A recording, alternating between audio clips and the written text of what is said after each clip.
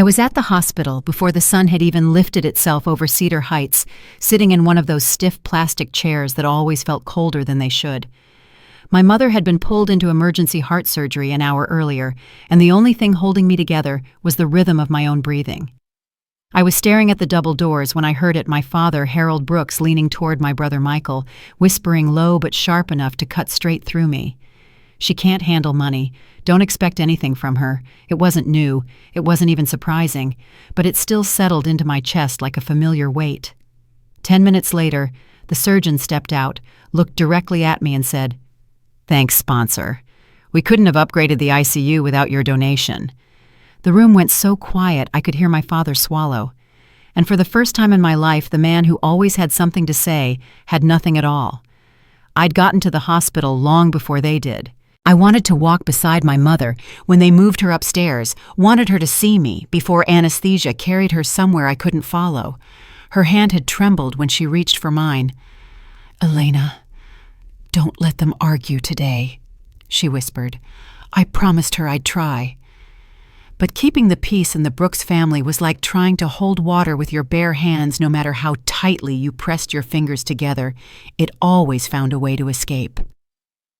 By 6 a.m, my father was pacing like the floor owed him answers. Michael stood beside him, checking emails, adjusting his tie, glancing my way only long enough to remind me exactly where I stood in this family. I sat across from them and folded my hands. No one offered a greeting, not even a nod. After all these years, I'd learned not to expect one. Every time a nurse walked into the waiting room, Harold stepped forward first. Chest high, jaw tight, answering questions like he understood them better than the staff who worked there. When they turned to me about a medication form, he cut in before I opened my mouth. "I'll take care of it." He'd been taking care of things my whole life. At least that's what he liked to believe. The irony, of course, was that I'd been the one quietly taking care of everything that mattered. Insurance had denied half my mother's tests. I paid for them. Her prescriptions had climbed higher each month. I covered those too. And months earlier, when I learned the ICU needed upgraded machinery, I wrote a check through one of my foundation subsidiaries, anonymous, quiet, exactly how I preferred it. I didn't do it for recognition. I did it because the people who needed that equipment didn't have time to wait for fundraising galas and slow-moving committees. That morning, while rain drifted softly down the windows and the intercom buzzed overhead, Harold leaned toward Michael and whispered the words that had followed me since childhood. "She can't handle money." I let the sentence pass. I'd heard it too many times for it to cut the way it once did. Half an hour later, the surgeon pushed through the double doors. He was still wearing his Navy scrubs mask, pulled below his chin hair, flattened under a disposable cap. All three of us stood at once, years of habit. He looked at Harold first, then at Michael, then his gaze settled on me. "Miss Brooks," he asked. Before I could answer, my father stepped forward. "I'm her husband," he said, with that tone he used when he wanted everyone to know he was the one in charge. The surgeon blinked politely, then turned back to me. "She's your mother?" "Yes." Relief crossed his face. "She did well. We had a few tense moments, but she responded to the intervention. She'll be in recovery for a while." A warmth settled through my chest, loosening something I hadn't realized had gone tight. Harold let out a loud, theatrical breath. Michael nodded stiffly, but the surgeon wasn't finished. He stepped closer, lowering his voice. "And thank you. Truly, the ICU wouldn't have been ready for this surgery if you hadn't funded the upgrades." Harold's head jerked toward me. Michael's eyebrows shot up. The surgeon continued, unaware of the storm he had just dropped into the room. Most people never see what happens inside that unit. Machines humming, staff moving fast, monitors flashing every few seconds. It's where the sickest patients get another chance. And the equipment you donated, it's the kind that turns a bad moment into a survivable one. He didn't linger, just gave a small nod and walked away. The waiting room fell silent. My father stared at me like the ceiling had split open. Michael's mouth opened-closed, then opened again, as if words might eventually find him if he kept trying. "Elena," my father finally said, voice thin. "What donation?" "What is he talking about?" Michael added. "Since when how did you—" I didn't step toward them. I didn't retreat either. I just stayed where I was, letting their confusion settle into the air between us. They'd shaped their own story about me for so long that it became the only one they recognized. In their minds, I was the daughter who couldn't be trusted with a single dollar, the one who would always trail behind. They never imagined I might have grown into someone entirely different from the girl they decided I was. So I simply met their eyes, calm and steady, and let the moment stretch. Because for the first time in my life, they were the ones left guessing. And deep down, I knew this was only the beginning. My earliest memories of money weren't about bills or coins, they were about tone. The slight lift in my father's voice whenever he spoke to Michael about potential, the flatness in that same voice whenever he looked in my direction. Even as a child, I could tell the difference. Michael got patient explanations and praise. I got sighs and the kind of silence adults use when they've already made up their minds. When I was 8, we sat at the kitchen table while my father helped Michael with a math worksheet. He talked him through every step, let him make mistakes, guided him back. I remember standing next to the table with my own worksheet, waiting for him to glance at me. He didn't. After 10 minutes of hovering, I walked away and finished it alone in my room. When I brought it down, every answer correct. He told me I must have copied it. He didn't accuse me angrily.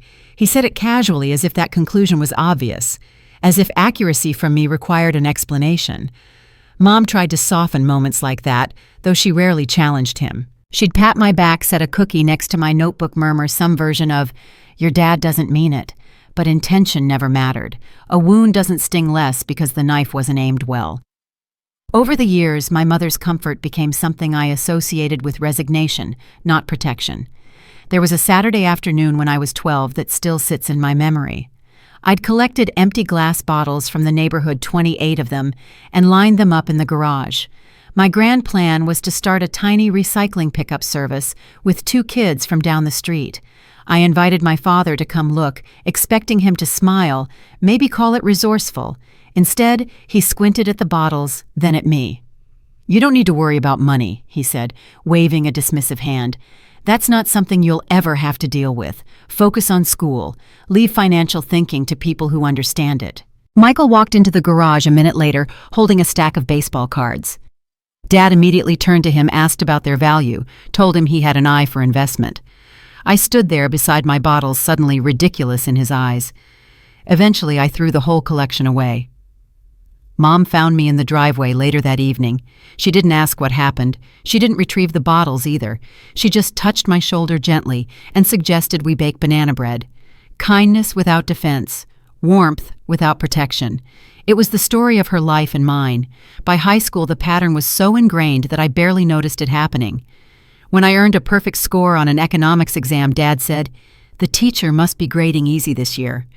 When Michael earned a B- in the same class, Dad celebrated his effort. At 17, I received a scholarship offer that took months of work to achieve. Dad looked at the letter and said, "Well, colleges need diversity, I suppose." I wasn't sure whether he meant personality or gender. It didn't matter. The meaning landed exactly where it always did. The thing about growing up in a family like mine is that the narrative becomes part of your bloodstream. Even when you know it isn't true, repetition starts to carve pathways in your thinking.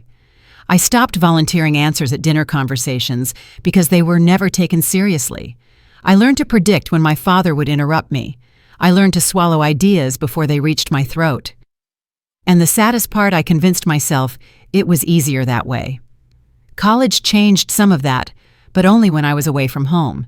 In classrooms, professors noticed things my family never bothered to see: how quickly I absorbed information, how easily I recognized patterns, how naturally numbers fell into place in my head. I wasn't brilliant, at least not in the way the word is used in documentaries or headlines. I was simply good, steady, sharp. But every time I went home for holidays, the old assumptions closed around me like a door clicking shut. During my sophomore year, I brought up an idea about investment behavior at dinner, something I'd been studying in a behavioral finance course. Michael cut me off within seconds, saying I'd misunderstood the concept. Dad nodded along and added, "Sweetheart, let's not pretend you're the financial expert here." I'd memorized the research. Michael hadn't. But Dad didn't care about the content of the idea. He cared about the source. The last time I tried to share anything meaningful with them, I was 22. I'd just graduated and was excited, really excited about the job I'd landed at a small fintech firm. We weren't a Wall Street giant, but the work was innovative and hands-on, the kind of environment where people in their 20s could grow fast. I told them over dinner. Dad stirred his soup and said, "So, you're basically doing spreadsheets for a startup. That's not a real career, Elena." Michael nodded sympathetically, as if I'd told them I'd joined a circus. Later that night, I sat in my car outside their house, hands gripping the steering wheel, until my knuckles whitened. I realized that I could spend the next 10 years proving myself, and they'd still cling to the same version of me. They preferred a narrative where I was the fragile one, the impractical one, the daughter who would always need saving while Michael soared. That story made sense to them. It required no adjustment, no humility. So I stopped trying to be understood. And in that silence, quiet, lonely, strangely liberating, I built a life they never imagined. I learned to let their expectations drift to the background, like static, something I heard only when I remembered to listen. I learned that distance can be a kind of oxygen. And I learned that resentment, when buried deep, doesn't disappear. It becomes fuel. Standing in that hospital waiting room years later, hearing Harold whisper the same old judgment, it struck me how little had changed for them. They still saw the girl with the recycling bottles, the girl who sat quietly at dinner, the girl whose voice didn't carry. What they didn't see, what they had never bothered to look for, was the woman I'd become. Leaving home wasn't dramatic. No slammed doors, no final argument, no defining moment where I declared independence.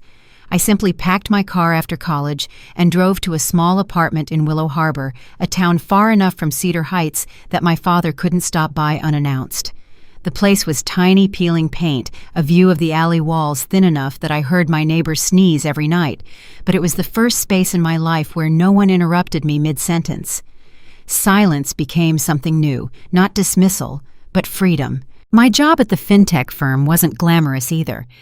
The office sat above a bakery that made the whole building smell like warm sugar and spice, and half of our desks were mismatched donations from companies that had gone under.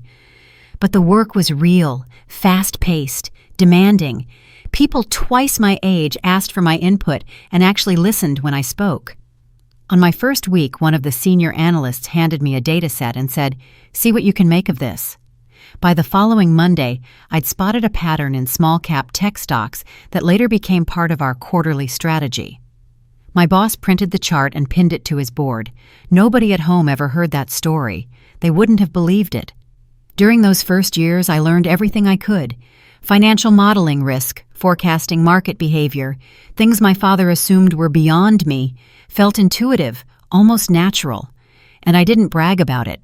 I didn't need credit. What mattered was that for the first time in my life, the numbers in my head were useful instead of inconvenient. The paycheck, however, was small. After rent, food, and student loan payments, there wasn't much left, but I still had the $50,000 my grandmother had left me. I didn't touch a cent of it at first. I studied markets for months before making a single trade. I watched how tech startups moved, how investors panicked, how they stampeded. Then an opening appeared, an undervalued cloud services company that had been beaten down after a product delay. People saw weakness. I saw timing. I put $5,000 into it, fingers hovering over the trackpad long after I clicked confirm. 3 months later, that position grew by 42%. I reinvested it, then again and again. I wasn't chasing luck. I was tracking behavior, the part of the market people didn't talk about, the irrational fear that created opportunity if you knew where to look. Soon the 50,000 became 110, then 220. Before long, I had enough to form a small investment vehicle under a separate name. I didn't tell my family about that either. I could already imagine my father's reaction: confusion first, then disbelief, then a patronizing pat on the head. The fintech firm noticed my work. Clients began asking for me specifically to review their portfolios. A startup founder pulled me aside after a meeting and said, "You think 10 steps ahead. You're wasted in a cubicle." He introduced me to people I never imagined I'd meet at 24 entrepreneurs hungry for someone who understood both risk and timing. One of them asked whether I'd consider consulting privately. The fee he offered in a single weekend equaled a full month of my salary. That's how the second part of my life began. I worked the fintech job during the day and reviewed private portfolios at night. Some weekends I barely slept, but exhaustion felt better than the heaviness I'd grown up with. The more time I spent studying emerging markets, the clearer everything became. Trends I used to analyze on paper turned into instinct. I spotted early shifts in undervalued tech sectors, international communication platforms, and small biodata firms. By 26, my investment vehicle had grown into a real firm, quiet, small, anonymous, but profitable. Of course, my family assumed I'd failed at everything. I let them. They invited me home for holidays and asked if I had finally settled down into something stable, meaning a job with a name they recognized. I would say consulting because it was vague enough to avoid questions. Dad would nod politely the same way people nod at a toddler describing clouds. Whenever the conversation drifted toward finances, he'd give some version of his favorite line, "Numbers aren't really Elena's thing." I learned not to react. Explaining myself never changed anything. Instead, I created a version of my life that floated just beneath their radar, successful enough to thrive, but invisible enough to keep their assumptions intact. My first dramatic leap came one winter when a small green energy startup approached me for help. They'd been rejected by every major firm. Their tech was solid, but their pitch was terrible. After reviewing their research, I felt that familiar spark, the one that told me a market shift was coming. For the first time, I invested heavily. Not recklessly, confidently.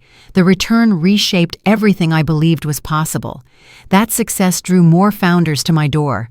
Then small funds, then established companies looking for someone who understood aggressive growth strategy without needing a boardroom to validate every choice.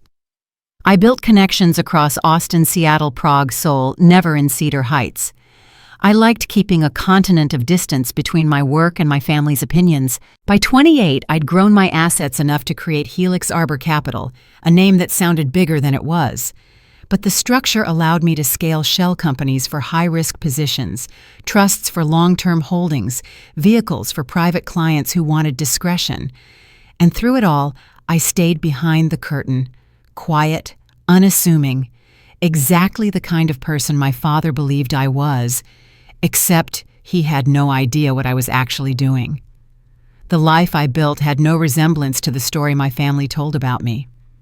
They pictured me struggling in some small apartment while Michael climbed the corporate ladder. They imagined me living paycheck to paycheck the way they'd predicted. And I let them keep that picture. It was easier than forcing them to see me clearly. What they didn't realize, what they never once considered, was that invisibility had become my sharpest tool. The fewer expectations they had, the more room I had to move. The quieter I became, the more space I had to grow. And by the time I turned 32, the girl they had discounted had turned her grandmother's $50,000 into a portfolio worth more than they had ever dreamed of. They just didn't know it yet. The first time someone trusted me with their entire financial future, it wasn't a corporation or a wealthy investor. It was a man named Louis Garner, a retired paramedic, who walked into the tiny office I rented above that bakery in Willow Harbor. He carried a folder so worn the edges had curled, and he apologized 3 times before he even sat down. "I know I'm not the kind of client big firms want," he said, settling into the chair across from me. "But you were recommended by someone I trust." He pushed the folder toward me like it was fragile. Inside were decades of savings, carefully tucked certificates of deposit, a modest retirement account, and a handwritten list of expenses he was terrified would outlive him. Louis didn't need aggressive growth. He needed stability with a pulse, something that would keep him afloat without asking him to gamble the little he had. I spent the entire afternoon going through his documents, listening to him talk about night shifts, broken bones, and all the families he'd helped over the years. When he left, he shook my hand with that quiet sincerity older men carry, the kind that makes promises feel heavier. That night, I stayed in the office long after the bakery downstairs closed. Streetlights cast long stripes of yellow across my desk while I sketched out a plan for him. Not some flashy strategy meant to impress other analysts, just a structure that made sense for the life he lived. Slow growth bonds, steady ETFs, and a few well-positioned holdings that would give him comfort instead of anxiety. 3 months later, his portfolio stabilized. 6 months in it, grew modestly but consistently. At the 1-year mark, he hugged me in that lobby that always smelled like warm sugar and spice and said I sleep better now. No one had ever said anything like that to me. Not in my family, not in my childhood, not even in college. The work I'd done for Lewis wasn't just numbers, it was oxygen. His results spread through the small community faster than I expected. A school counselor called next, then a restaurant owner, then a couple in their 70s who wanted someone to explain their accounts without talking down to them. I wasn't building a firm yet. I was earning trust, one person at a time. And I didn't realize it then, but those early clients shaped the way I worked forever. Eventually, though, the smaller portfolios were joined by bigger opportunities. One of the green energy founders I'd helped referred me to a tech executive who had a habit of hoarding money in low-yield accounts because he didn't trust anyone enough to manage it. When he finally agreed to meet, he set his briefcase on my desk and said, "I've fired 4 advisors in the last 2 years." Impress me. He expected arrogance. I gave him clarity. I broke down his risk exposure, mapped out potential threats, and highlighted hidden opportunities he'd overlooked. He didn't speak for several minutes afterward. Then he nodded once and said, "Fine, I'll give you 6 months." Those 6 months turned into years. He became one of my highest performing clients, and the reason doors that were once sealed shut finally opened. Still, I operated quietly. Very quietly. The entire point was to remain unnoticed, especially by my family. They had no idea that the daughter they dismissed was flying to Austin to negotiate real estate acquisitions or researching market shifts at 3 a.m. They assumed I was drifting unfocused, maybe even failing. I never corrected them. Their misunderstanding gave me freedom. Eventually, though, small successes weren't enough. I wanted structure capability and discretion on a scale I couldn't handle alone. Helix Arbor Capital needed a counterpart, an entity that looked larger, more established. That's how Sterling Ridge Partners began. Not as a public firm with a neon sign on the door, but as a network of vehicles and trusts designed to shield assets, preserve anonymity, and keep clients insulated from market volatility. I built everything from the ground up: websites, compliance documents, LLC filings, privacy structures. I wanted my clients protected from every angle: legal, financial, reputational. And for myself, I needed one thing above all: distance. Emotional distance from my family, geographic distance from their reach, psychological distance from their stories about who I was and wasn't. The deeper I went into the work, the more patterns appeared. People in crisis invested based on fear, people with money invested based on ego, and people with neither invested based on hope. What I did best was remove emotion from the decision long enough for logic to take over. That separation is what made my strategies work. When the tech boom hit again, this time in unexpected sectors, I was ready. While most firms focused on giants like cloud companies and electric vehicles, I shifted towards smaller, overlooked firms building communication infrastructure. A cluster of startups in Austin caught my attention. They were scrappy, underfunded, and oddly synchronized in their innovation cycles. I followed every news release, every staffing change, every patent filing. It led me to a single company working out of a warehouse with no air conditioning, but brilliant minds packed into folding chairs. Their prototype for decentralized data routing didn't look like much, but the idea was solid. The market was shifting, and they were positioned exactly where the next wave would hit. I invested early, far earlier than any large firm would have dared. When the company expanded into a national network and was acquired 2 years later, the return changed the direction of my firm. Suddenly, I wasn't just managing portfolios. I was being invited to speak on panels, review acquisition proposals, and consult on international expansions. I declined most of it. Staying visible meant staying vulnerable. The last thing I wanted was for my parents to see my name attached to anything public. They would never connect me to a private advisory firm operating under an alternate name, but a conference appearance. That was too risky. The irony was that my reputation kept growing even as I tried to shrink from the spotlight. My clients introduced me to their inner circles. Banks began calling for partnership discussions. Wealth managers sent referrals. I expanded my team slowly, carefully choosing people who valued discretion as much as I did. One evening after a long day reviewing overseas tech positions, I sat in my office and realized something strange. The life they had predicted for me, unstable, uncertain, small, had become impossible. The life I'd built instead was bigger than anything Michael or my father would ever touch. Not because of luck, not because of access. Because I'd spent years building what they assumed I couldn't understand.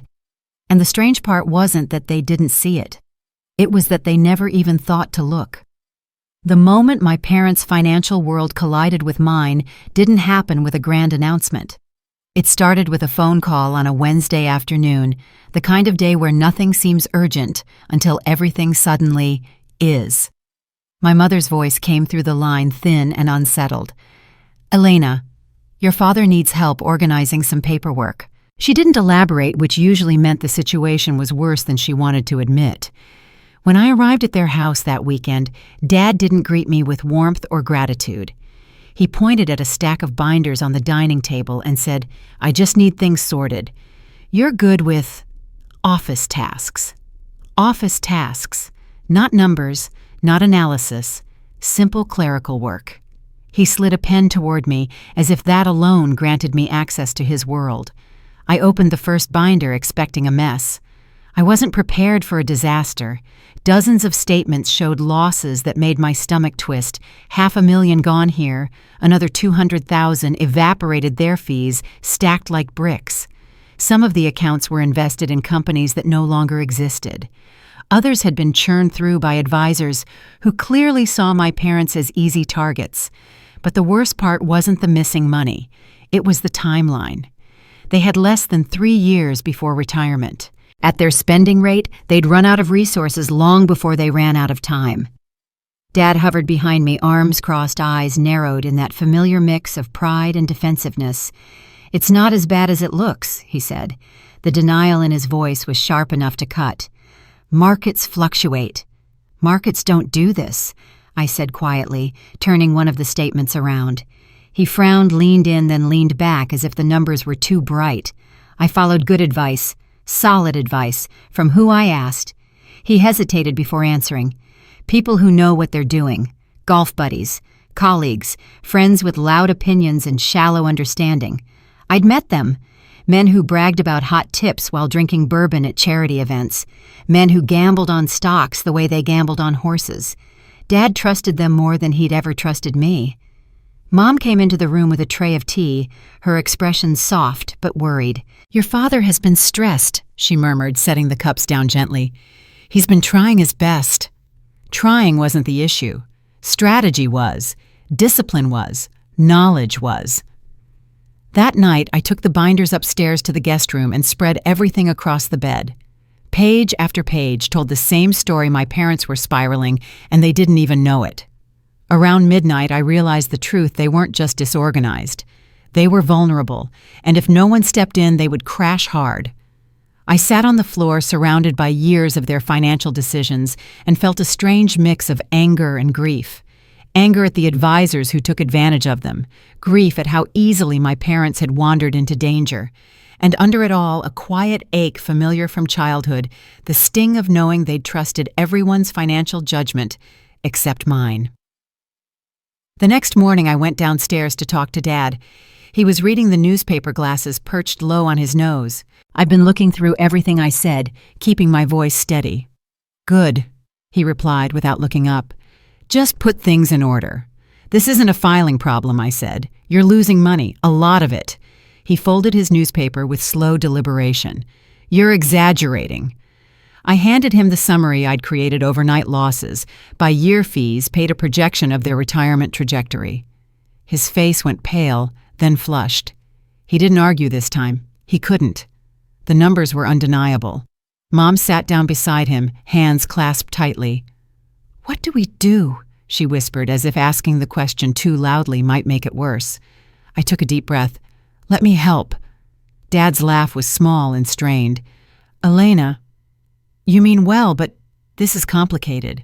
You're not trained for I am," I said quietly. He blinked.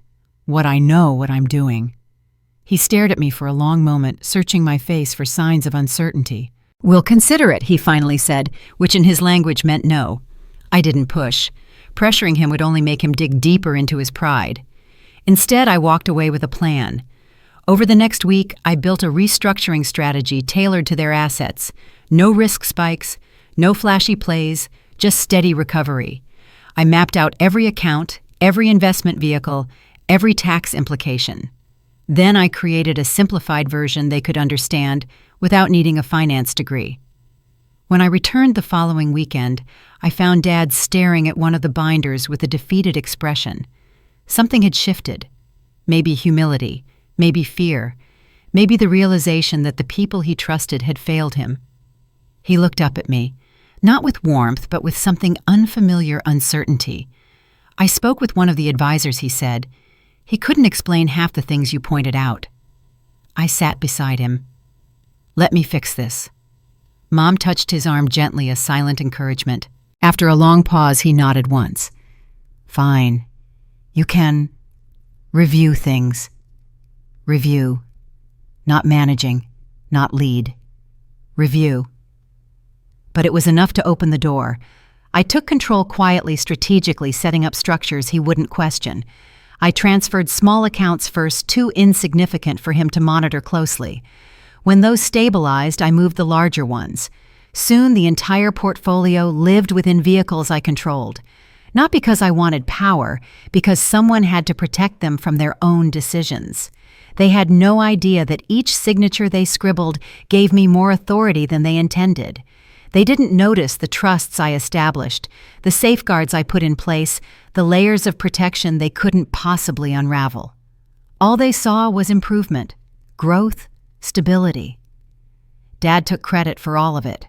I never corrected him, not because I lacked the courage, but because I'd realized something important. I wasn't fixing numbers.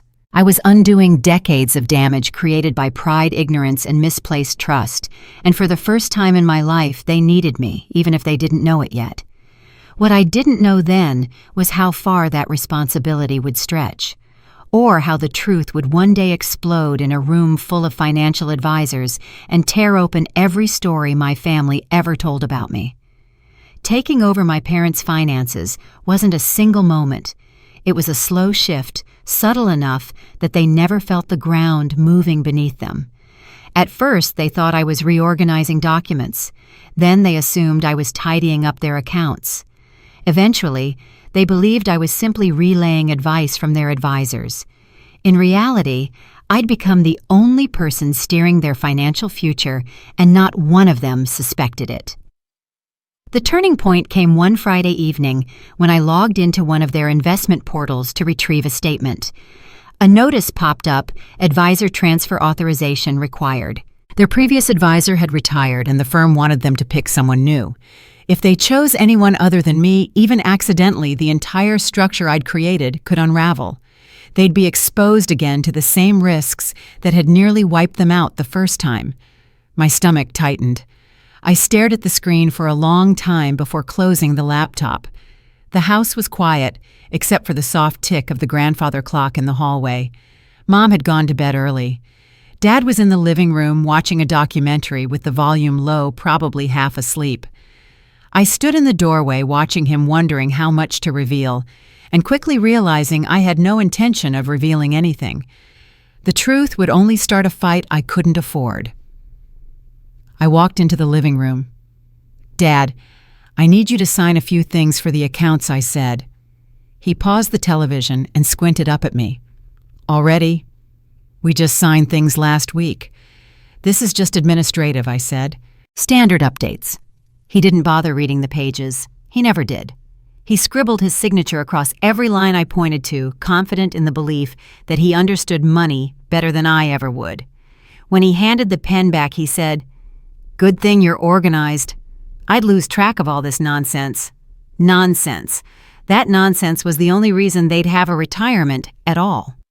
Once I submitted the documents, the system assigned me full discretionary authority, legal permission to make investment decisions on their behalf. My chest felt tight as I stared at the confirmation screen. I wasn't celebrating. I wasn't relieved. It felt more like standing at the edge of a long drop, knowing I had no choice but to step forward.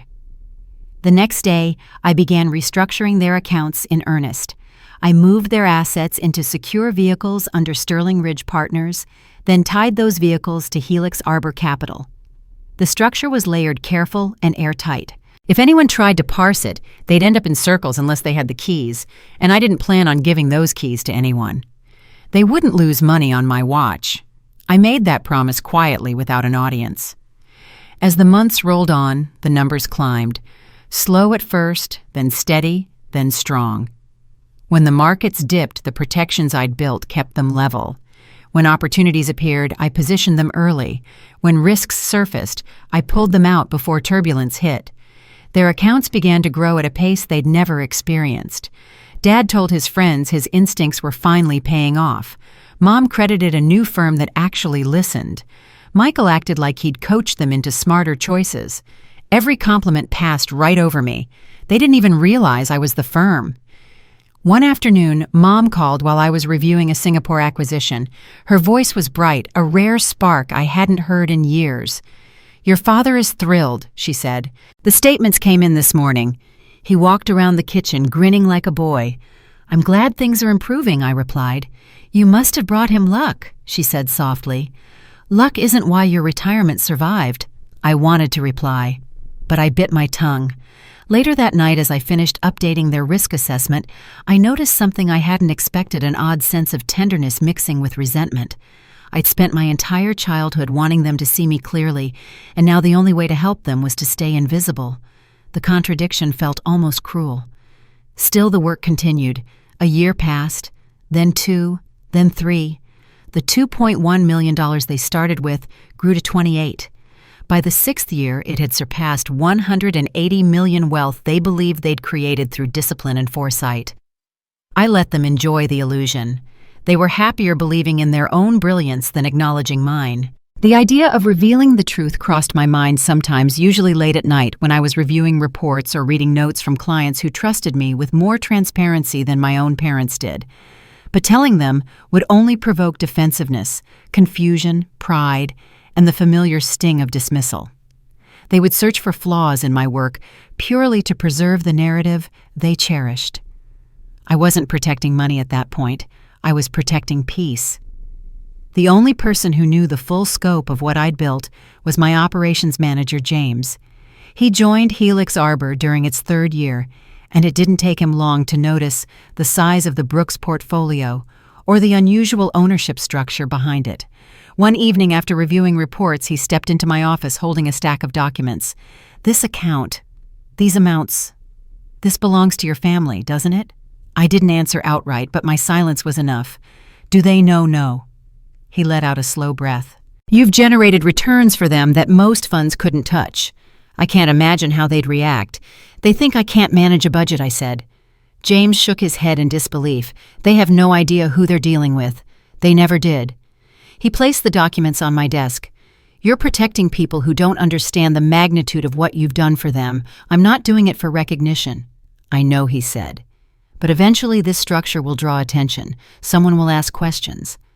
I leaned back in my chair, a familiar heaviness settling in my chest. "I'll deal with that when it happens." And I meant it.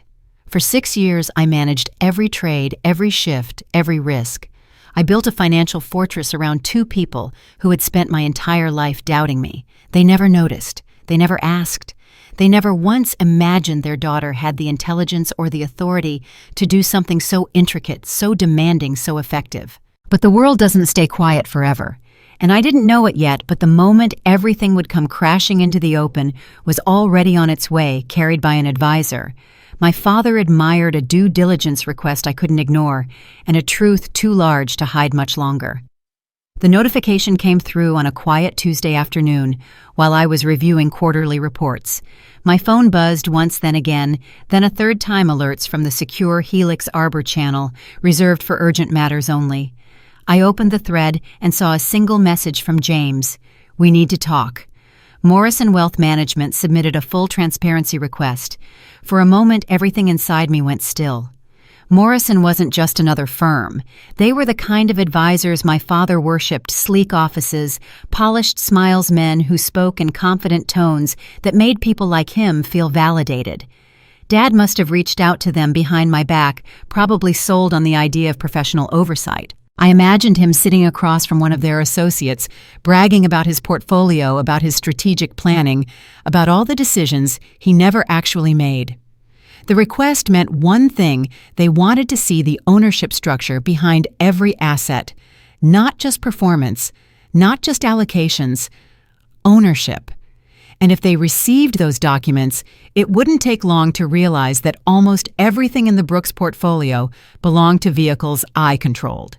I called James immediately. "They're asking for full documentation," he said without preamble. Papers rustled on his end.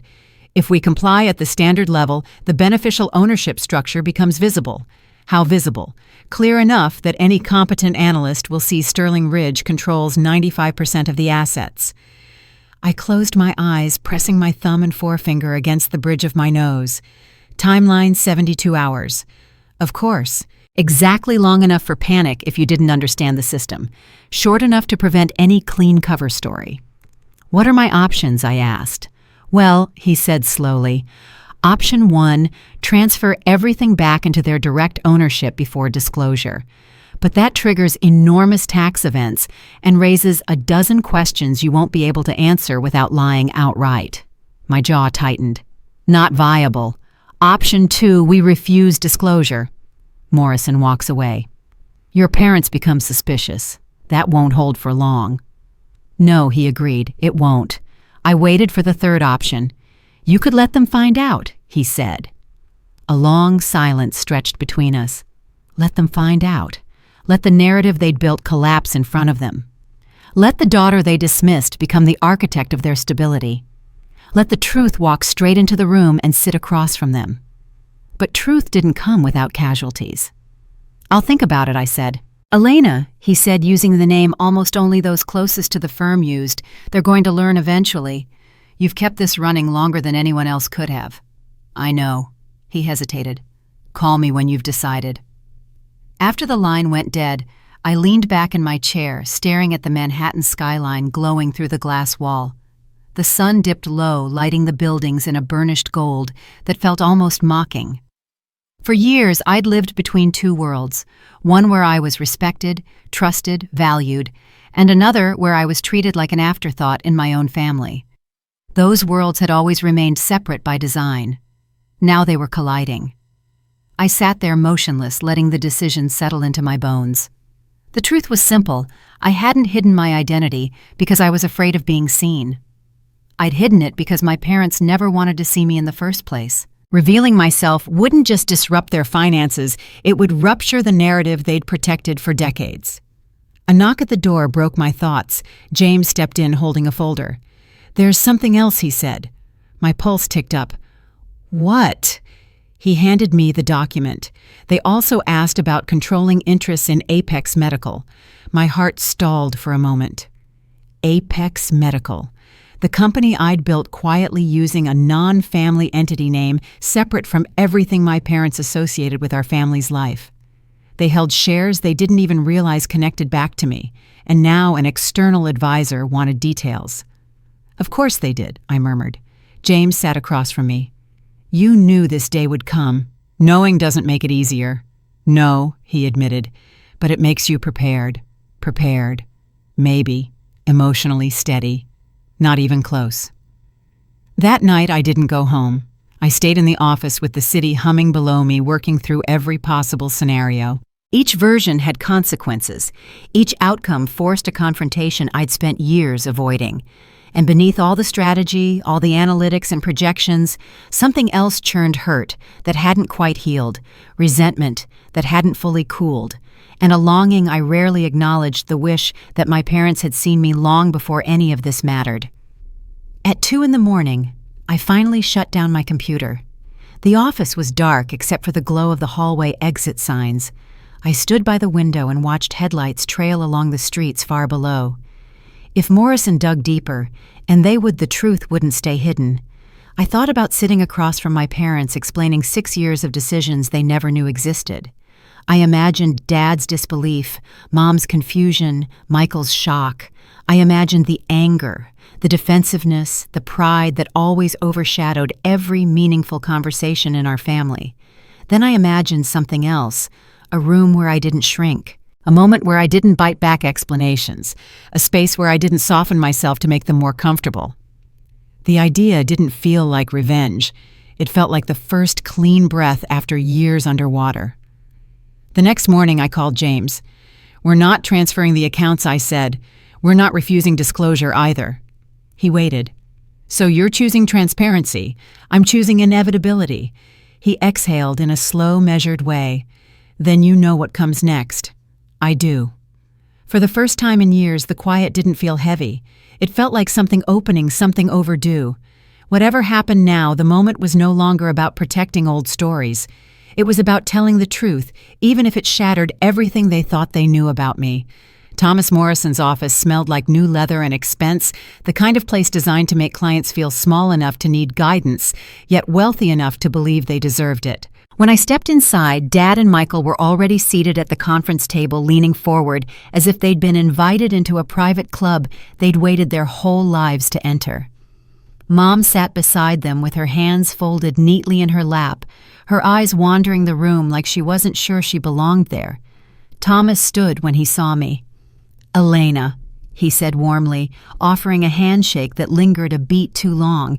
He was used to being the most competent person in the room. I wondered how long that certainty would last. Dad gestured at an empty chair across from him. "We've been going over our holdings," he said, as if I'd asked. "Thomas says the portfolio is sophisticated." "That's one word for it," Thomas replied, tapping on his tablet. He glanced at me briefly, polite but dismissive, the same look I'd been getting from financial men my whole life. "Your parents' investments are frankly unusual, highly coordinated, efficient, almost institutional." Dad lit up like he'd been waiting for that praise all morning. "We've always had a good instinct for the markets," he said, straightening his tie. A small laugh caught at the back of my throat, but I swallowed it. This wasn't the moment. Michael leaned back in his chair, smirking. "Thomas says our returns outperformed major funds last year." "They did." Thomas agreed. 28%, which is not common for private accounts. Then he turned to me in an attempt at small talk. "Do you work in finance, Elena?" "No," Dad answered before I could. "She's between things." Thomas nodded sympathetically. Finding the right path takes time. If he'd noticed the portfolio's architecture, he should have known better. But he hadn't connected the dots yet. He was circling the reveal without seeing it. He pulled up documents on the screen. "There's something I need clarity on. A large portion of your holdings are managed through Sterling Ridge Partners and Helix Arbor Vehicles. Both firms have exceptional performance records, but the beneficial ownership structures haven't been disclosed." Dad waved a hand. "We trust them. They've done right by us." Thomas cleared his throat. "I understand. But if we're going to consolidate your accounts under Morrison Wealth Management, we need to know exactly who controls these assets." Mom frowned slightly. "Isn't that just paperwork?" "It's a bit more than paperwork," Thomas said carefully. "Beneficial ownership determines legal control, tax responsibility, risk exposure." He paused. Something on his tablet had caught his attention. "Good Lord," he whispered. Dad leaned closer. "What?" "These vehicles," Thomas scrolled, eyes narrowing. "They're all tied back to a single entity, a single signature authority. Whoever this person is, they control almost everything." "Everything," Michael echoed. "Approximately 95%, Thomas said, looking up slowly, Mr. and Mrs. Brooks, your direct ownership is only 5% of this portfolio." Silence dropped over the room like a stone sinking to the bottom of a lake. Dad blinked rapidly, as though the numbers on the screen were personally insulting him. "That can't be right. We own our investments." "Not legally," Thomas said. "Not according to this structure." Mom's voice trembled. "Then who does?" Thomas turned to me. Something in his expression shifted confusion, cracking into realization. "Elena," he said quietly, "your name appears in the authorization layers." Dad snapped his head toward me. "Why would your name be anywhere near our accounts?" I met their eyes without flinching. "Because I built them." Thomas put the tablet down slowly. "Are you telling me you're the controlling owner of these vehicles?" "Yes." He exhaled sharply, the kind of breath that comes only when a puzzle finally makes sense. Sterling Ridge Partners, Helix Arbor, the performance metrics, the coordination. That explains everything. Dad pushed back his chair. "This is absurd. Elena can't handle a household budget. There's no way she—" "Stop," I said. The word cut through the room with a clarity that startled even me. They all froze. I rested my hands on the table, not shaking, not hiding. "I've been managing your portfolio for 6 years," I said. "Every trade, every strategy, every protective structure, every return you've celebrated." Mom stared at me as if I had spoken in a foreign language.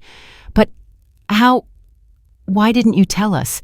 You never wanted to hear it," I replied softly.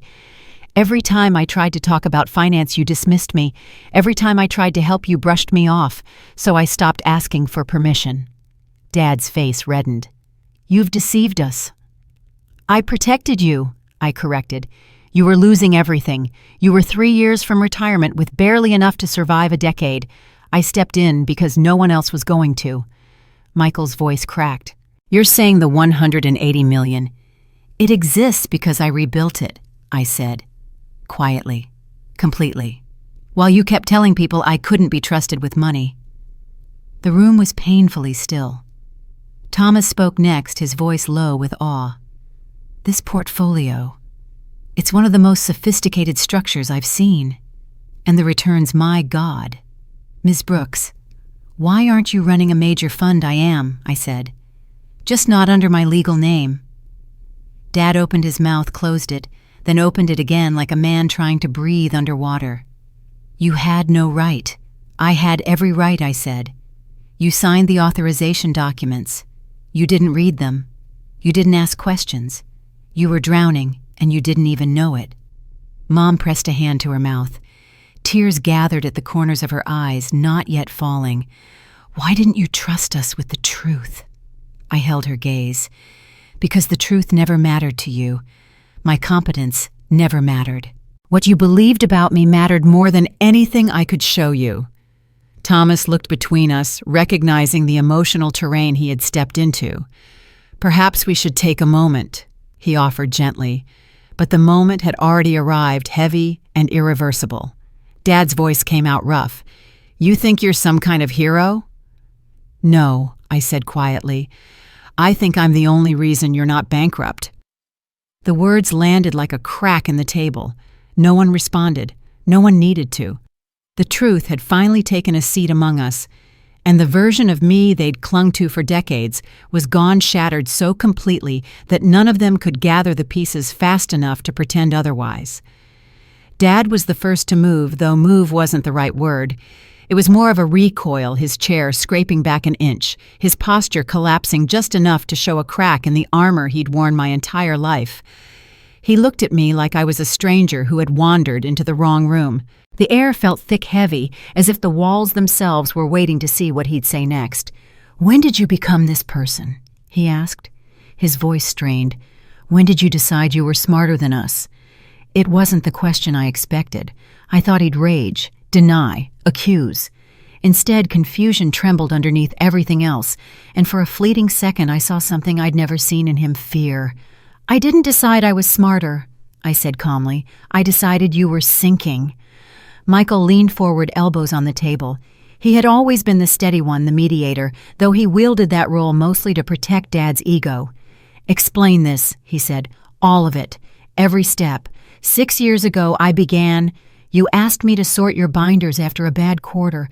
I wasn't supposed to do anything except file papers. But when I saw the losses, the fees, the reckless decisions, you didn't need a clerk. You needed rescue." Dad scoffed, but it didn't land with its usual sharpness. "Rescue. Don't be dramatic. You had $800,000 in losses," I said. "Over 5 years. At the trajectory you were following, you would have burned through your retirement within a decade." Mom's hand flew to her throat. 800. "Why didn't anyone tell us I'm telling you now?" I said. "Because everything changed after that night." They waited. Even Thomas's usual confidence softened as he listened. "I restructured everything," I continued. "Every account, every vehicle, every position. I moved your assets into protected trusts and investment structures under Sterling Ridge and Helix Arbor. I rebuilt what you had left into something stable, then into something strong." Dad stared as if each word was an insult. "Without our permission." "You gave permission," I reminded him. "You signed the documents. You just never read them." He opened his mouth to object, then stopped. It was the first time I'd ever seen him lose a sentence halfway through. Mom tried to fill the silence, but why hide? Why keep us out of it? Because the moment I brought up finance, I said gently, "You dismissed me. Every time. My ideas, my training, my degree. You didn't want to hear what I knew. You wanted to hear what fit the story you'd already written." Michael sat back, rubbing a hand across his jaw. "So you built this whole empire behind our backs." Empire wasn't the word I would have chosen, but it lingered in the air between us. "I built security," I said. "You just never realized you were standing on it." Thomas finally spoke, his voice low, measured. "Mr. and Mrs. Brooks, the work your daughter has done here is extraordinary. I've never seen an individual manage a portfolio this size with such consistency." Dad shot him a glare. "You're impressed because she outperformed people like you." Thomas didn't deny it. I folded my hands. "This wasn't about showing you up or proving something. I did it because you needed someone who understood what you didn't. You could have told us Dad burst out. And what would you have said, I asked? Honestly, if I had come to you at 26 and said, 'Let me manage your entire financial future,' what would you have done?" He didn't answer. He didn't have to. Everyone in the room already knew. Mom whispered, I would have listened. But her voice cracked on the last syllable, and even she didn't seem convinced by her own words. Thomas glanced between them, sensing the fault lines widening beneath the table. "Perhaps we should take a moment," he suggested. But Dad wasn't ready to look forward. His past was too loud. "You made us dependent on you," he said, pointing a shaking finger in my direction. "You made us— I saved you." I said the word steady, but not soft. "If I'd done nothing, you'd have 5 years left before everything ran dry." Michael straightened. "Then why not tell us once things were stable? Because stability doesn't erase pride," I said, "and it doesn't erase the way you saw me. You needed to believe you were responsible for your success, not your daughter." Dad's eyes burned. "We trusted professionals. You trusted egos," I countered, "and egos nearly bankrupt you." The silence that followed wasn't the heavy, suffocating kind from earlier. It was sharper, like the aftermath of something splitting clean down the center. Mom finally broke. "Why didn't you ever ask for help?" she whispered. "Why didn't you ask us what you needed?" "I did," I said softly. "For 20 years. You just never heard me." She covered her face with her hands, and I felt something inside me tug, not pity, not vindication, but an ache I'd carried since childhood. Wanting to be seen doesn't end when you stop expecting it. Michael's composure faltered next. "So what happens now?" he asked. "With the portfolio, with the ownership, with us?" I prepared 2 options, I said, pulling a folder from my bag. Option 1, we restructure everything under transparent terms. I remain your advisor. You acknowledge my role. We continue forward with clarity and respect. Dad bristled. And option 2, I liquidate every position held in your name under my vehicles, I said. You receive $112 million after taxes. I walk away. You invest with whoever you choose. Mom gasped. Liquidate? That would destroy so much value. Michael stared at the table. 70 million lost. Gone. Dad's jaw clenched, the calculation beginning behind his eyes. Thomas leaned back in his chair. Mr. and Mrs. Brooks, these are fair options, more than fair considering the circumstances. I slid the folder across the table. You don't have to decide now, but this doesn't go back into the shadows. Not anymore. Dad looked at me with something I'd never seen in his expression. Not anger, not superiority, but a wounded confusion that bordered on disbelief. You were supposed to be the one who needed guidance, he said quietly. I held his gaze. I was supposed to be many things. Only one of us grew out of the story. The room didn't answer. It just breathed slow and uneasy, waiting for a future none of us recognized anymore. Mom called first. It was just after sunset, the sky turning the kind of bruised purple that always made the city feel restless. My phone vibrated across my desk, her name glowing on the screen. For a moment, I considered letting it ring out. Not out of spite, just exhaustion. The last 48 hours had stretched something thin inside me. I answered anyway. Elena, she said, her voice fragile around the edges. Your father and we've been talking. That sentence alone told me what kind of day she'd had. Dad didn't talk. He announced, declared, explained. Whatever they'd been doing wasn't talking. It was unraveling. What's your decision? I asked. She took a shuddering breath. He wants the liquidation. I closed my eyes, not surprised, not angry, just tired. Of course he does. He's scared, she whispered, as if fear itself was embarrassing. He feels like everything he's believed about himself is falling apart. Mom, I said gently, what he believes about himself has nothing to do with the truth.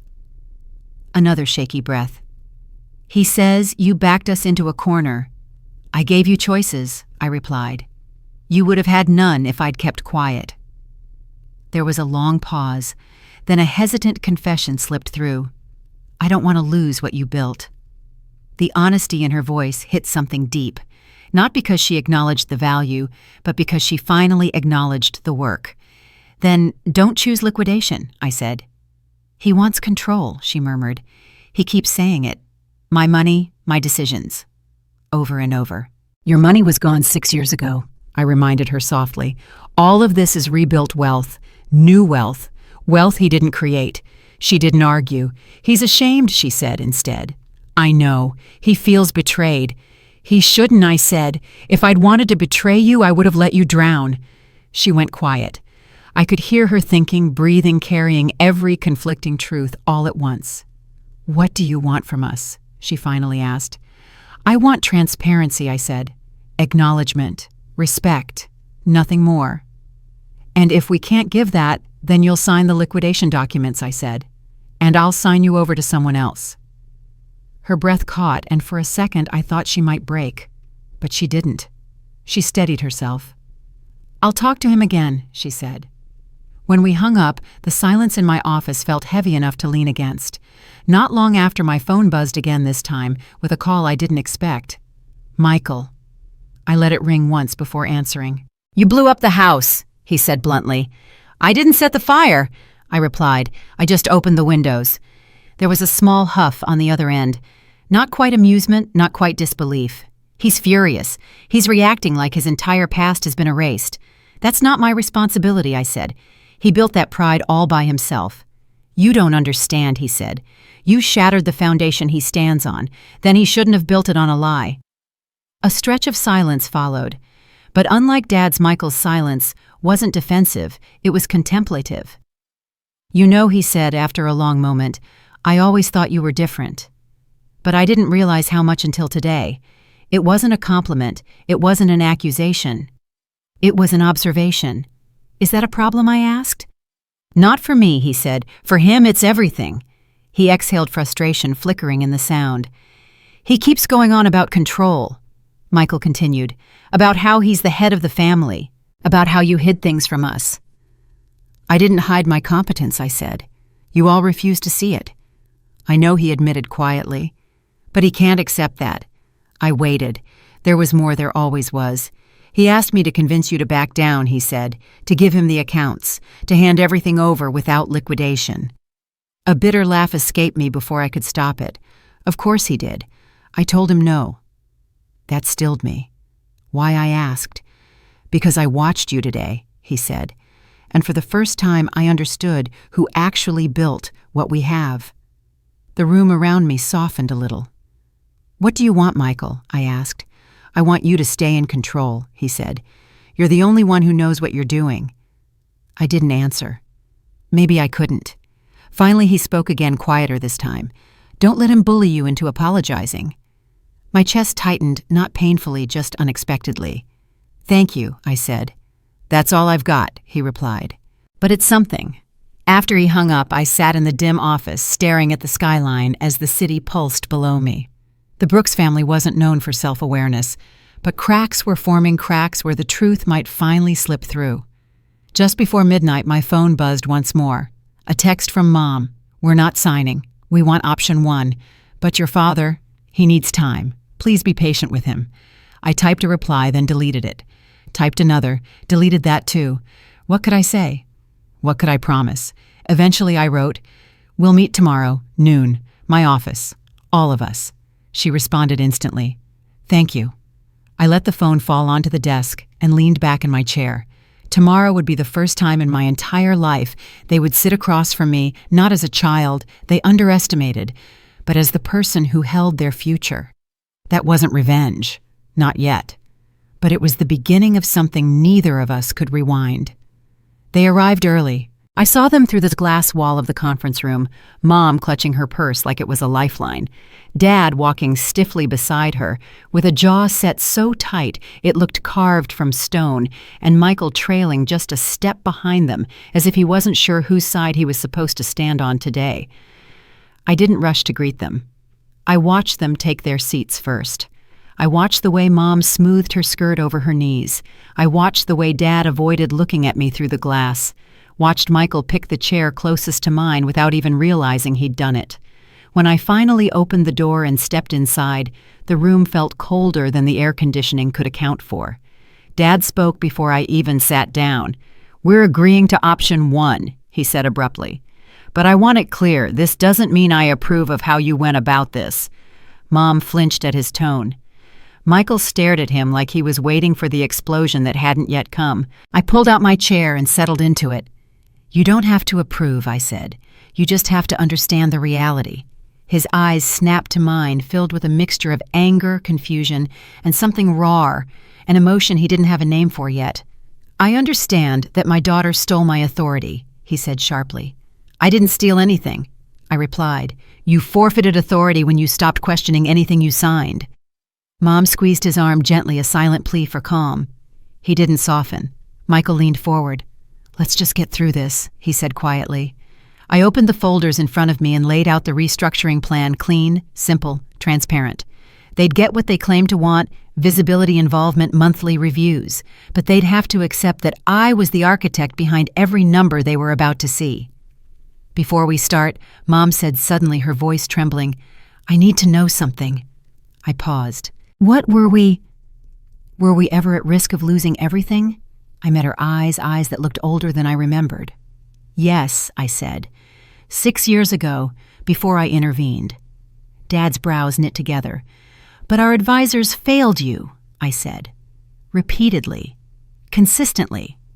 He looked like he wanted to argue, but the fight sagged out of him. Maybe the truth had finally exhausted him. I continued. Your portfolio had shrunk to a level where your retirement would last 10 to 12 years. And that was with modest spending. Mom covered her mouth with her hand, tears forming immediately. You never told us. You wouldn't have believed me, I said gently. You didn't believe me when I tried. Michael exhaled long and slow, like he'd been holding his breath since the day I told them everything. Show us, he said. So I did. I flipped page after page, performance histories, risk protections, acquisition timelines, comparative benchmarks. I explained market dips they never felt because I'd insulated them. I revealed gains that had compounded quietly while they were busy doubting me. At first, Dad tried to keep up with the numbers, his eyes darting across the pages. But the more he saw, the more he realized how little of it he actually understood. His pride dimmed, flickering like a bulb struggling to stay lit. Mom listened without interruption, tears running down her cheeks in soft, silent lines. Michael, for once, didn't try to play mediator. He asked real questions, smart ones, and the more he understood, the more his expression shifted from shock to respect. But Dad's unraveling was slower, quieter, far more complicated. Halfway through the presentation, he pushed the binder away and leaned back in his chair as if the weight of 6 years had suddenly dropped onto his chest.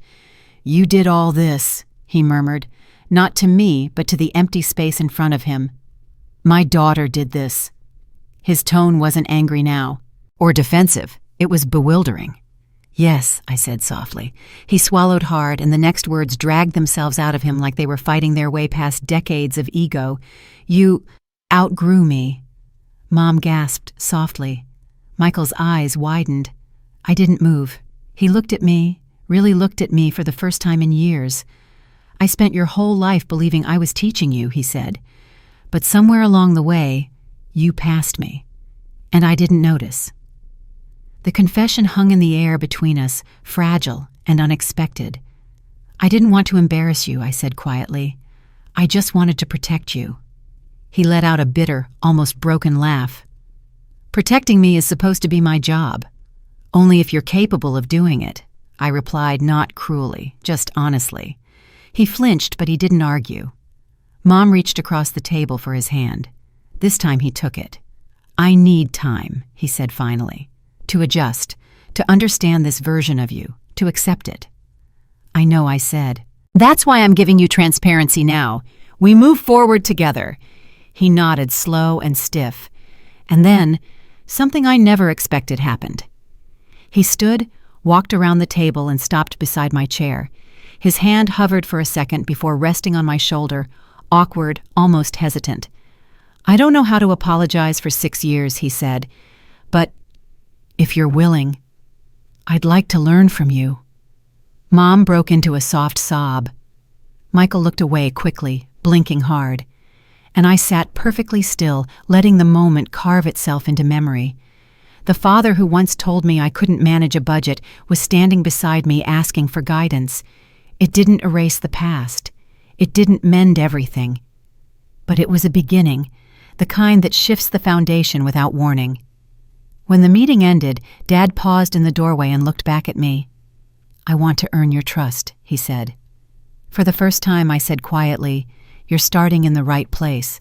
He nodded once, and the three of them walked out together. Slower, softer changed. Behind them, the room felt different. Not lighter, but truer. The morning after the confrontation arrived with a strange, weightless quiet. I reached the office before the elevators were fully awake, the building still echoing with the hollow calm that comes before the day starts grinding forward. I set my bag down, opened the blinds, and let the city pour in gray, soft waiting. It felt like the world had paused just long enough for me to take a full breath. Reports and alerts waited in my inbox, but for once they didn't feel urgent. The numbers would still be there. The markets would still move. What mattered had already shifted yesterday, somewhere between my father's disbelief and my mother's trembling apology. A soft knock sounded. James stepped inside with 2 coffees, setting one beside me. "You survived the hard part," he said. "I'm not sure that was the hard part," I answered. He studied me quietly. "Your family will adjust. Maybe not quickly, but they will." Maybe I said. Or maybe they'll just learn to see me without flinching. He didn't argue. He didn't need to. He left me with the coffee and the calm he always brought into the room. By noon, I met Mom for lunch.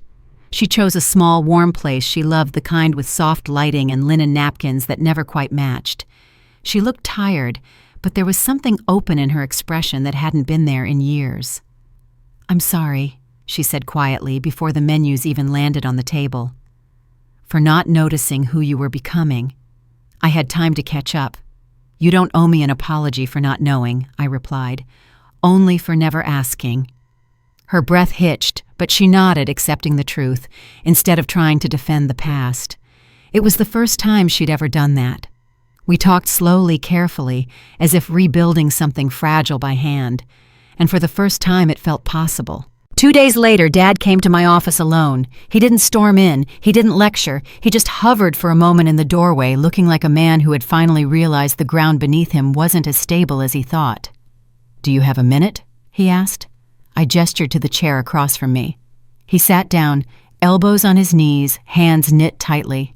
I've been thinking about everything he said, more than I want to admit. I waited. For years I assumed I knew more, that I understood the world better. That age automatically made me wise. He paused, swallowing hard, but yesterday I realized something I should have seen a long time ago. His voice wavered not with weakness, but with something much harder for him to hold.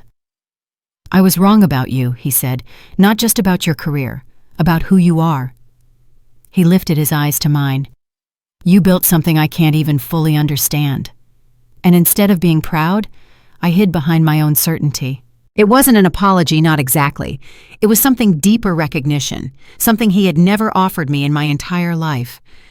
"I don't expect forgiveness," he said, "but I'd like to earn a place in the life you built, if you'll let me."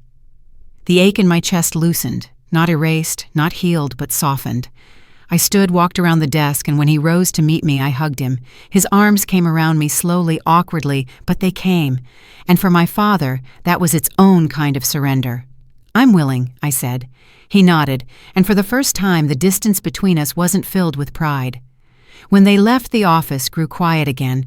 I stayed until the sun dipped low, turning the windows into sheets of molten gold. Manhattan stretched out beneath me, unbothered, humming alive. This city had been my witness through every step of the life I built alone. All the nights I stayed in the office piecing together structures no one believed I could create. All the years I carried a truth too heavy to share with people who weren't ready to hear it. I'd spent so long working in the background that the silence became a language of its own. Not hiding, just choosing not to explain myself to people who weren't listening. And now, finally, the people who mattered had stopped talking long enough to see me clearly. Quiet strength doesn't flash or shout.